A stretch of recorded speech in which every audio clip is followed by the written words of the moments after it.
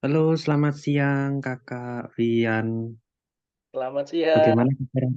Pak Andri. Kabar baik, alhamdulillah. Alhamdulillah. Kita, teman-teman kita hari ini mau memaparkan sebuah materi buat kalian nih. Monggo mungkin Mas Fian langsung bisa memaparkan materinya. Baik, terima kasih Mas Andre. Saya izin silent dulu sebentar. Oke, baik. Ini saya mulai ya Mas Andre ya. Silakan Kak. Oke, terima kasih teman-teman. Jadi sebelum kita masuk ke materi, perkenalkan nama saya Vivian Rizky Tantowi. Saya hari ini akan membawakan sebuah video pembelajaran ringan kok. Kita tidak akan banyak berteori karena nanti pada dasarnya video ini output pembelajarannya adalah praktek. Jadi hari ini yang akan kita pelajari tentang eh, membuat proposal film. Jadi mengapa proposal film itu sangat sangat penting dalam eh, pembuatan film? Karena proposal film ini adalah fondasi awal teman-teman.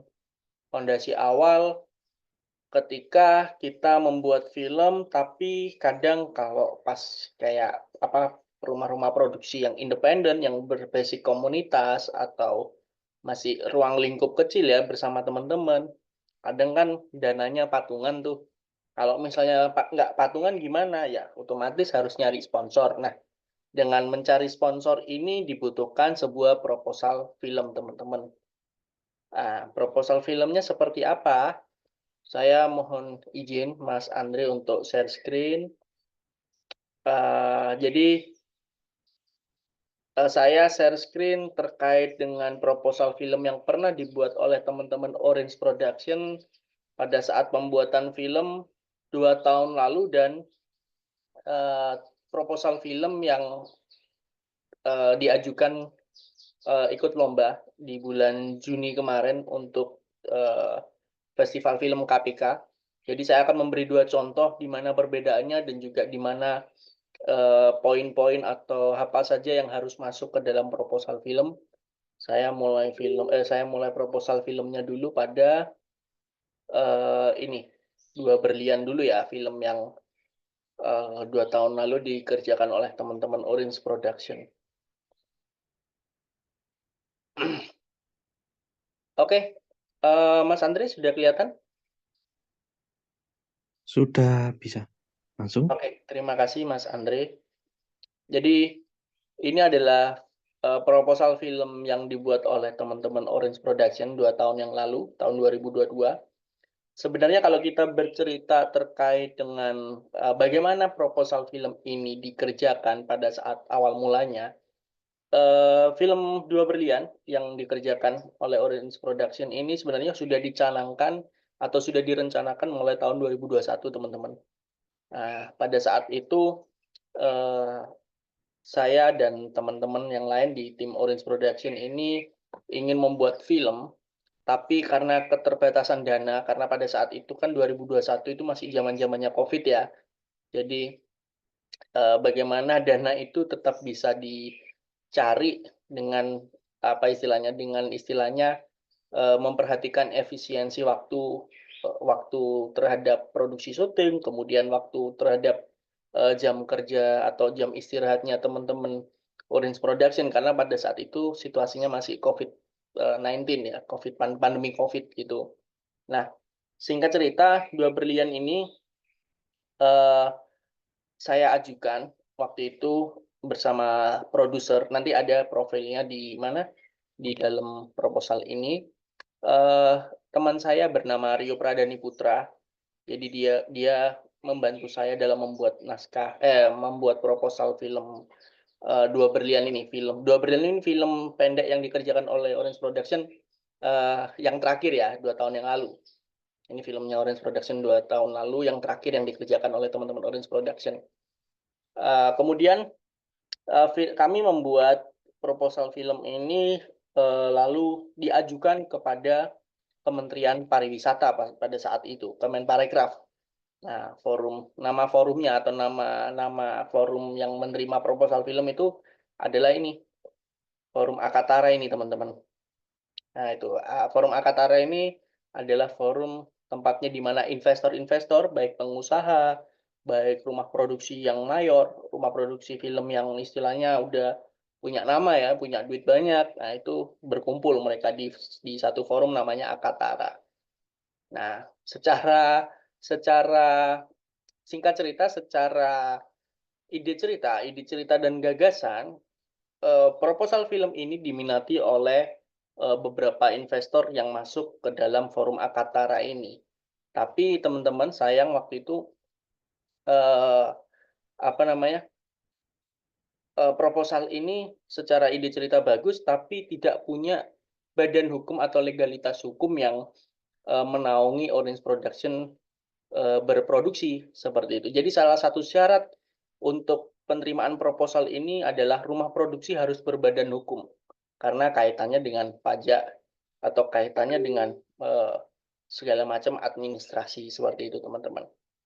Nah, lantas dengan tidak masuknya proposal film ini tidak bisa berlanjut kepada tahap selanjutnya, akhirnya proposal film ini diperfungsikan untuk mencari sponsor di pihak-pihak swasta. Itu, teman-teman. Ya, alhamdulillah berkat kerja kerasnya teman-teman dan juga komitmennya teman-teman Orange Production, film Dua Berlian ini proposal film Dua Berlian ini diminati oleh beberapa NGO swasta ya, teman-teman ya, atau organisasi-organisasi swasta, pengusaha-pengusaha swasta seperti itu. Oke, lanjut kemudian apa saja sih sebenarnya yang perlu kita masukkan di dalam proposal film? Nah, poin yang pertama adalah, nah ini profil dulu, about us itu, about us ya bahasa Inggrisnya ya teman-teman ya. Tapi ini sebenarnya adalah profil filmnya, profil rumah produksinya. Jadi profil rumah produksi ini peletakannya bisa di awal atau bisa di akhir gitu. Jadi tidak ada patokan pasti sebenarnya teman-teman terkait dengan proposal film, tapi apa saja item-item atau poin pokok yang harus dimasukkan ke dalam proposal film ya kurang lebihnya pertama adalah profil rumah produksi. Nah, jadi ini rumah produksinya Orange Production. Waktu itu saya buat bersama tim bagaimana sih apa namanya rumah produksi ini sejarahnya seperti itu, teman-teman. Nah, ini teman-teman bisa lihat. Mas Andre, anunya apa bisa ini ya, Mas Andre ya, bisa kelihatan ya slide-nya ya. Bisa, aman, bisa Aman terbaca ya. dengan jelas. Oke, siap. Nah, ini teman-teman. Profil itu kalau kita tanya, kalau kita perinci lebih detail, sebenarnya apa sih isinya ya? Sebenarnya cukup menjelaskan bagaimana rumah produksi kalian itu berdiri ya, berdiri tahun berapa, termasuk kalau masih ingat tanggalnya, monggo dicantumin. Kemudian visi dan misinya apa? Cukup itu sebenarnya teman-teman yang perlu istilahnya menjadi garis besar dari suatu profil rumah produksi ya. Nah, kalau misalnya ada pertanyaan, bagaimana kalau misalnya saya masih belum punya rumah produksi? Ya, silakan teman-teman yang belajar pada video ini ya. Teman-teman silakan membuat profil komunitas. Jadi kalau misalnya teman-teman punya apa ya keinginan untuk membuat film dan perlu komunitas tapi nggak punya komunitas, bikin aja sendiri. Aja 1, 2, 3, 4 orang, kalian kumpulin, kemudian kalian sepakat membuat apa namanya komunitas film, misalnya komunitas film gaul misalnya. Ya bikin tuh komunitas film gaul, bikin logonya gimana? Logonya sederhana, sederhana saja nggak masalah. Kemudian kalian buat narasinya, kemudian apa? Kalian buat deskripsinya seperti itu. Nah, singkat cerita, setelah item profil, apa saja yang perlu dimasukkan selain profil rumah produksi? Tentu saja yang selanjutnya adalah portofolio hasil garapannya kalian. Kalau misalnya portofolio atau hasil karya yang pernah dibuat kalian belum pernah bikin, jadi kosongin aja nggak apa-apa teman-teman. Hasil karya atau portofolio ini nggak perlu istilahnya masuk ke dalam proposal film. Tapi alangkah lebih baiknya proposal film punya hasil karya yang pernah dihasilkan oleh komunitas kalian, gitu. Lantas ada pertanyaan lagi, kalau misalnya baru bikin satu, itu pun satu karyanya saya sendiri, bukan karya komunitas, silakan, enggak apa-apa, dimasukkan saja. Karena portofolio ini teman-teman akan menjadi satu pertimbangan pihak ketiga atau pihak kedua ya, kalau misalnya kalian dalam hal ini konteksnya adalah mencari proposal, mencari sponsor atau mencari pendanaan, itu akan menjadi bahan pertimbangan tentunya hasil karya ini. Nah, ini yang pernah dikerjakan oleh Orange Production, salah 6-nya adalah ini teman-teman. Nah, ini film pertamanya Orange Production, Aras, tahun 2019, film pendek Orange Production. Kemudian film pendek lagi di bulan Juni 2019. Nah, kemudian video klip, teman-teman. Nah, ini berlanjut pada, kami pernah membuat iklan juga. Iklannya salah satu bank swasta terbesar ya di Indonesia ya, Bank Mega. Itu Agustus 2020 tuh, teman-teman. Nah, ini kami juga pernah membuat video klip, judulnya Konotasi. Tuh, ada video klip Gerta. Kemudian juga pernah kami membuat iseng-iseng, saya dan teman-teman membuat pembacaan puisi, tapi direkam, teman-teman. Nah, itu November 2020, dan ini film 2021, Muda Rasa judulnya. Mudoroso. Nah, September 2021. Kemudian, nah ini kita masuk ke dalam apa namanya, item selanjutnya adalah tema dari satu film yang mau kalian angkat.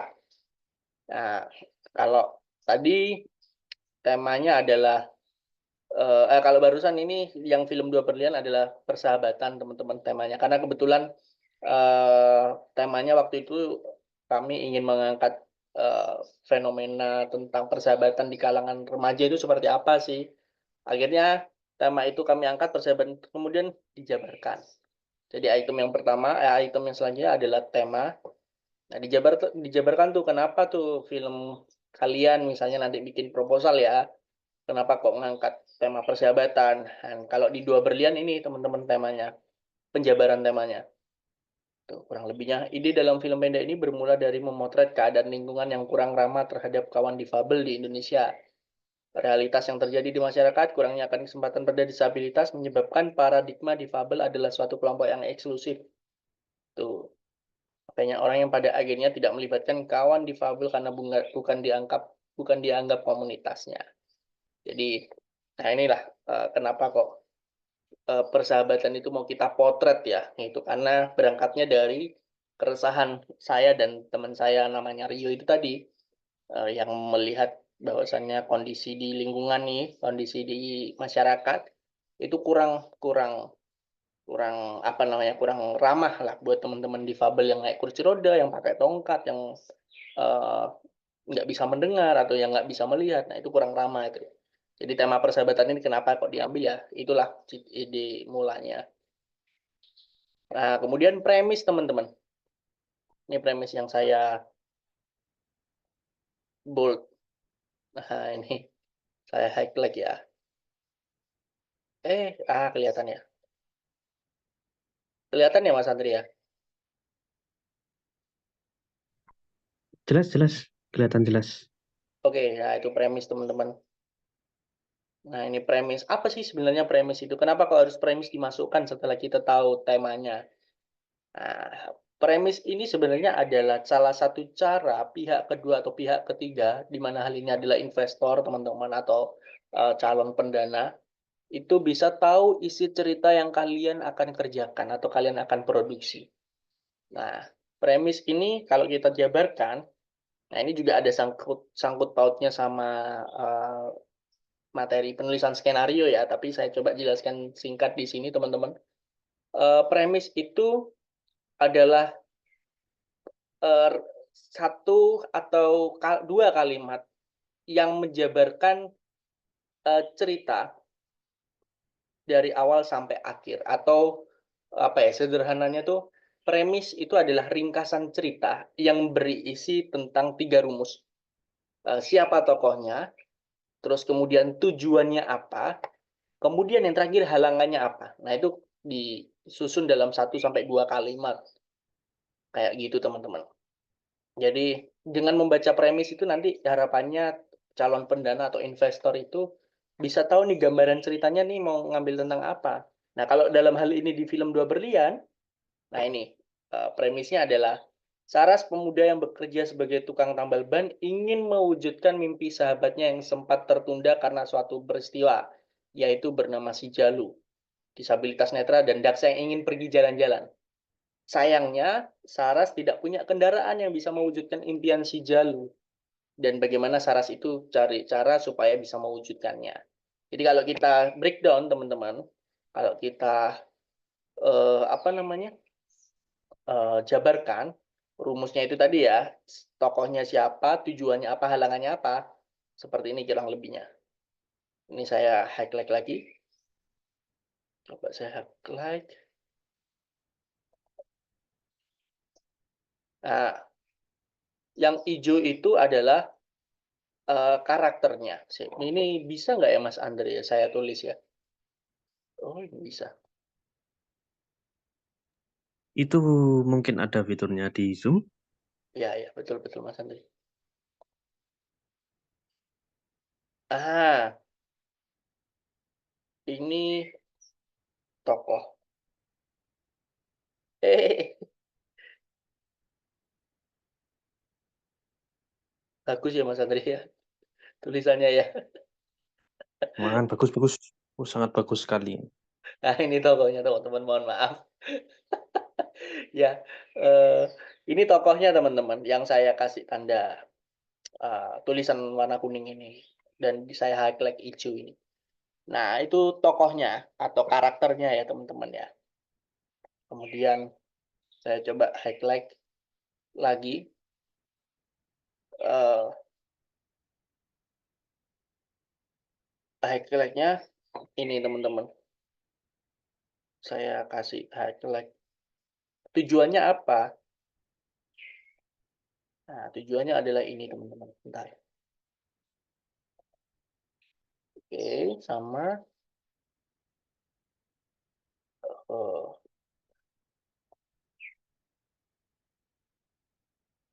ah, jadi yang saya highlight biru ini teman-teman, itu tujuannya. Saya coba gambar lagi. Sorry, sorry.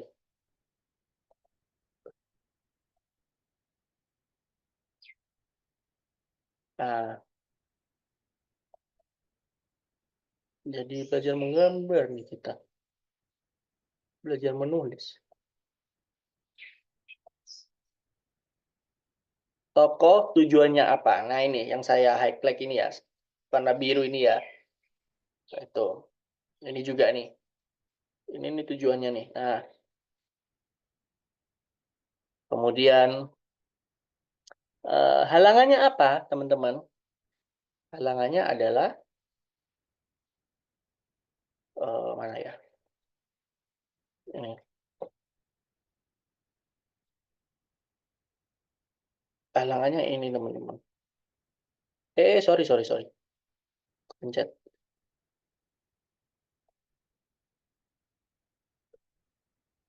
Sorry, sorry.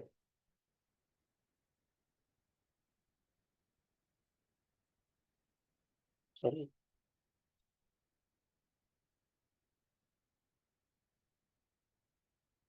Nah,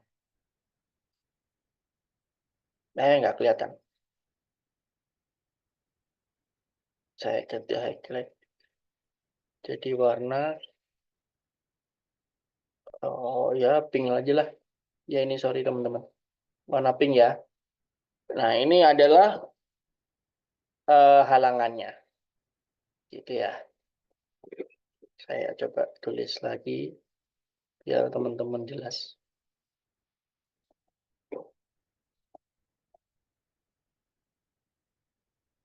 Nah, ini halangan. Saya singkat aja. HL. Gitu ya teman-teman ya. Jadi premis itu saya simpulkan sekali lagi. Jadi premis itu adalah ringkasan cerita yang berisi 1 sampai 2 kalimat, meliputi rumusnya meliputi tokoh, plus tujuan, plus halangan. Nah, itu premis teman-teman. Nah, ini akan menjadi dasar nanti teman-teman premis untuk para investor atau pihak kedua, pihak ketiga, calon pendana itu nanti melihat gambaran ceritanya. Seperti itu. Oke. Kemudian yang selanjutnya ada tentang sinopsis. Nah, ini sinopsis teman-teman. Ini sinopsis. Jadi sinopsis itu apa? Nah, kalau tadi kita tahu premis itu merupakan ringkasan cerita berisi 1 sampai 2 kalimat. Nah, premis ini adalah ringkasan cerita lebih lengkap yang meliputi eh, intronya, kemudian konflik, kemudian eh, penyelesaiannya. Nah, itu kurang lebih mengenai sinopsis, teman-teman. Nah, kenapa kok sinopsis itu perlu dituliskan dalam proposal film? Nggak hanya premis. Nah, supaya calon pihak ketiga atau pihak kedua atau nanti pendananya itu bisa melihat lebih detail lagi. Oh, kok ternyata ceritanya menggantung ya. Saya ingin tahu nih sebagai seorang pendana, saya ingin tahu teman-teman melihat teman-teman tahu ceritanya lebih dalam lagi, lebih detail lagi. Nah, akhirnya dijabarkanlah lewat sinopsis, teman-teman. Kayak gitu. Selanjutnya, nah ini nih, selain sinopsis, ini sinopsisnya ya. Nah, ini adalah story argumen, teman-teman. Story argumen atau argumen cerita itu biasanya ditulis oleh sutradara. Yaitu, ditulis oleh sutradara. Atau bisa juga, kalau misalnya sutradara nggak mau menulis, nggak apa-apa. Biasanya story argumen ini ditulis juga selain oleh sutradara, ditulis oleh penulis skenario. Jadi yang membuat cerita itu pasti akan menuliskan story argumen, teman-teman. Gitu. Diceritakan, kenapa kok cerita ini diangkat, secara realnya itu pengalaman penulis mengambil cerita Dua Berlian atau mengambil eh, topik tentang disabilitas itu apa dasarnya. Nah, itu dituliskan oleh pembuat proposal itu atau kalian nanti ketika menuliskan story argumen. Jadi ini sederhananya, teman-teman. Kalian ingin mengambil, ini contoh sederhana ya, kalian ingin mengambil tentang sejarah sejarah desa misalnya, desa A.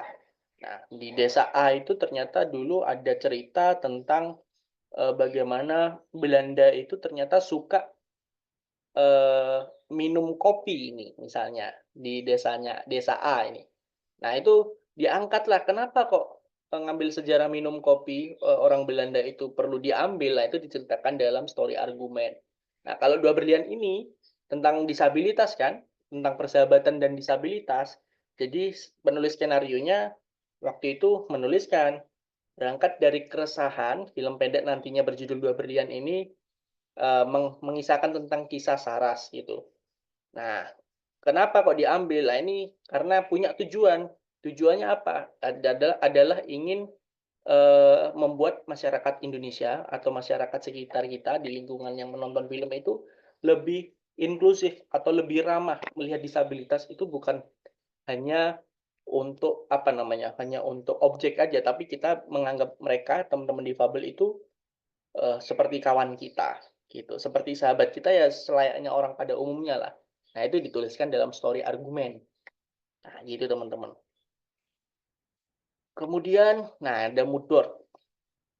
Mood board ini adalah suasana filmnya nanti itu mau diambil kayak apa. Mood board ini biasanya meliputi tone warnanya, kemudian apa namanya ya, suasananya yang diambil itu bagaimana tuh gambarannya aja. Itu. Nah, ini foto-fotonya ngambil dari mana? Kalau waktu itu proposal filmnya Orange Production, foto-fotonya ngambil dari internet karena kurang lebih mau mengambil gambarnya itu nanti seperti ini. Ada main bersama, di filmnya itu nanti ada yang main bersama, kemudian ada nenek yang bercerita atau nenek yang ngasih nasihat, kemudian ada eh, apa nenek yang berdebat dengan si Saras. Nah, ini tertuangkan nih di dalam mood board.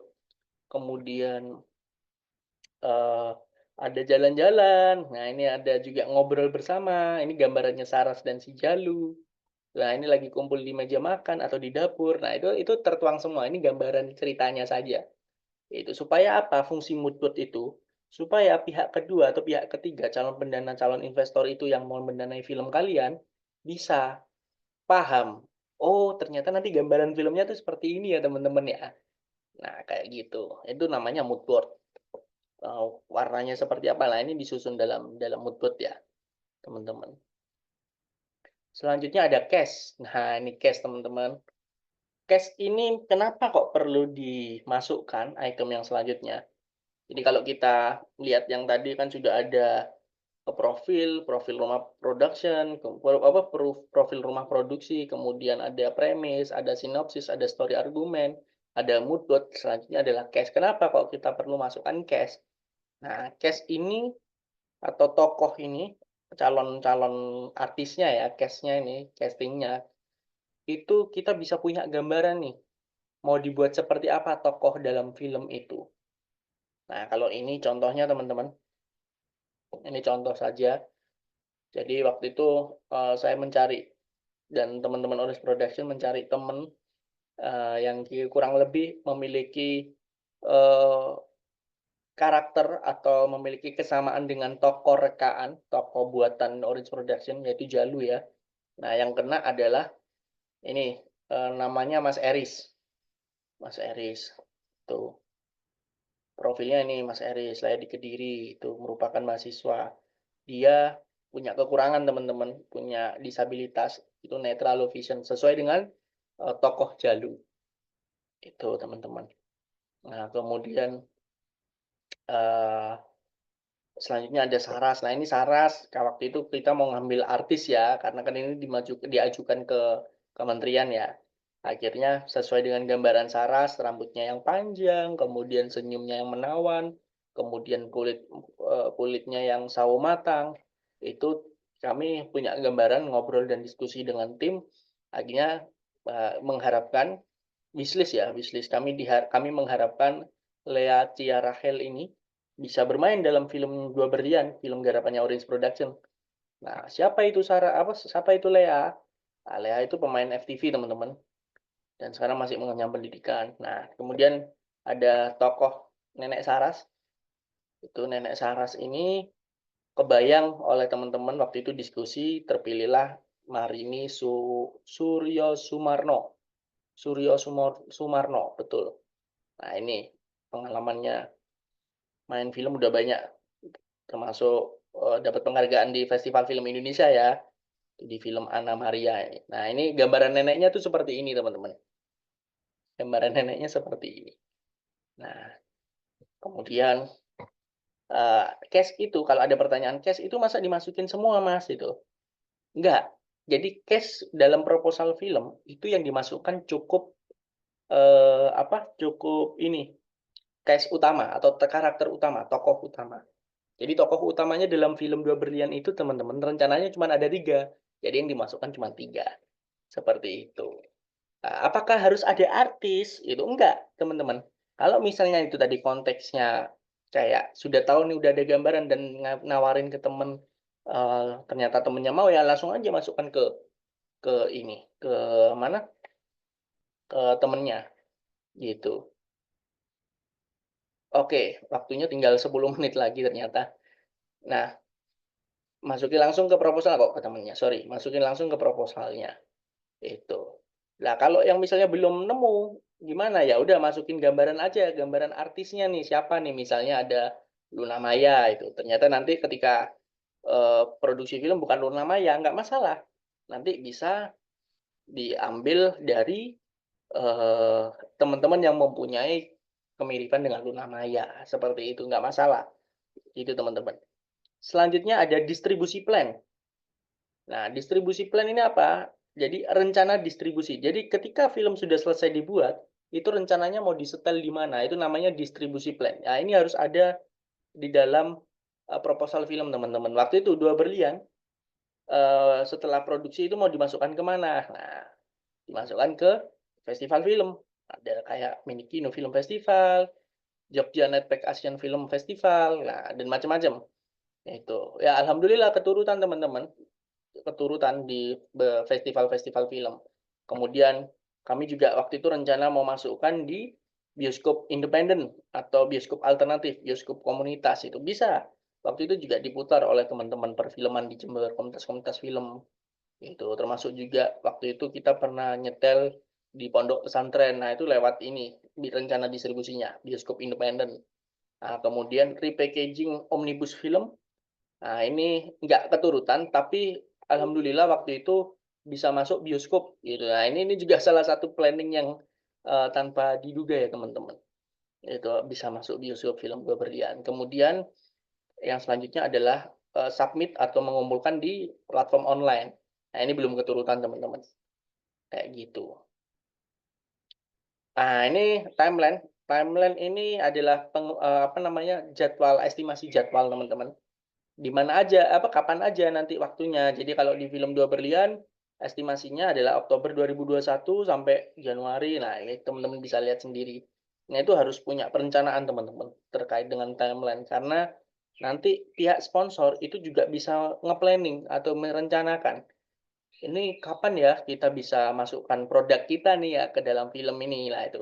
Kalau misalnya ternyata masih tahun depan berarti kan dia masih pengusaha itu atau investor itu kan masih bisa mempersiapkan produk terbarunya. Nah, gitu. Ini harus jelas nih teman-teman. Timeline-nya atau jadwal, tenggat jadwal waktunya. Itu teman-teman. Selanjutnya adalah budget planning. Nah, ini budget planning, rencana budget secara mayor saja, nggak usah diperinci karena diperinci nanti ada lebih lebih detailnya lagi teman-teman. Jadi ini secara mayor waktu itu kru dan pemain itu kurang lebih membutuhkan 20 juta. Kemudian untuk produksi sendiri butuh 35 juta. Kemudian untuk distribusi dan promosi itu 35 juta. Yang perlu diperhatikan teman-teman adalah budget produksi dan budget promosi atau distribusi itu kalau bisa harus seimbang. Karena kenapa? Percuma kita mewah di produksinya, tapi kalau distribusi atau promosinya tidak ada anggaran, ya orang-orang investor itu nggak akan mau. Karena kan sebenarnya mereka butuh promosi. Nah, promosi ini kan butuh duit juga, kayak masang baliho, pasang banner, masang nyablon di kaos, ya, masang logo di kaos. Nah, itu kan perlu tuh. Kalau nggak ada, kalau kecil anggarannya pasti investor atau pengusaha mikir-mikir. Itu teman-teman. Nah, yang terakhir adalah kontak dari rumah produksi itu sendiri. Ya dimasukkan saja penanggung jawabnya siapa nih, nomornya siapa, ada Instagramnya enggak, ada YouTube-nya enggak, supaya nanti investor itu gampang menghubunginya. Oke, seperti itu sih teman-teman. Uh, Singkat, saya menunjukkan yang satunya. Sebentar. Boleh, monggo silakan Mas Oke, Fian. karena waktunya tinggal 5 menit, semoga nutut. Oh, enggak, belum saya buka ternyata. Enggak apa-apa nanti di next kesempatan saya berikan contohnya yang lain. Gitu ya, teman-teman ya. Oke, mungkin itu saja yang bisa saya sampaikan. Karena waktunya tinggal 5 menit lagi. Zoom-nya tidak pro. Terima kasih Mas Andre. Mungkin ada ya mau disampaikan Mas Andre, silakan. Mungkin itu cukup padat dan jelas ya. Mungkin semoga aja anak-anak bisa paham atau teman-teman Ya, SMK ini karena ya pasti kita harus belajar istilah-istilah baru kan ya betul. untuk dunia kerja begitu ya. Ya, Jadi mungkin itu aja. siap. Wah, terima kasih banyak Mas Fian atas Siap materi sama-sama. yang sudah diberikan. Iya, Ya, baik oke. mungkin kita sudahi dulu untuk Dari pertemuan dulu. hari ini. Nanti Mas Andre, ngapunten, sorry, nanti Mas Andre juga ngisi video pembelajaran ini ya, karena nanti tentunya materi yang Oh, dibawakan Mas Andre lebih keren nih. Tuh. Boleh spill sedikit tentang apa nanti eh, kira-kira? apa ya, berhubungan sama audio. Oke, siapa nih, kita nggak sabar untuk apa namanya mendengarkan materi dari Mas Andre. Sip, oke. Iya, Terima kasih Mas Andre ya. sama Mas Fian. Terima kasih kembali. Oke, Baik, terima kasih teman-teman. Nanti baik kita kita akhiri ini. ya, Monggo, silahkan. siap. Oke, saya Sampai close ya jumpa. Mas. Oke, Ya, siap. terima kasih teman-teman. Assalamualaikum. Waalaikumsalam.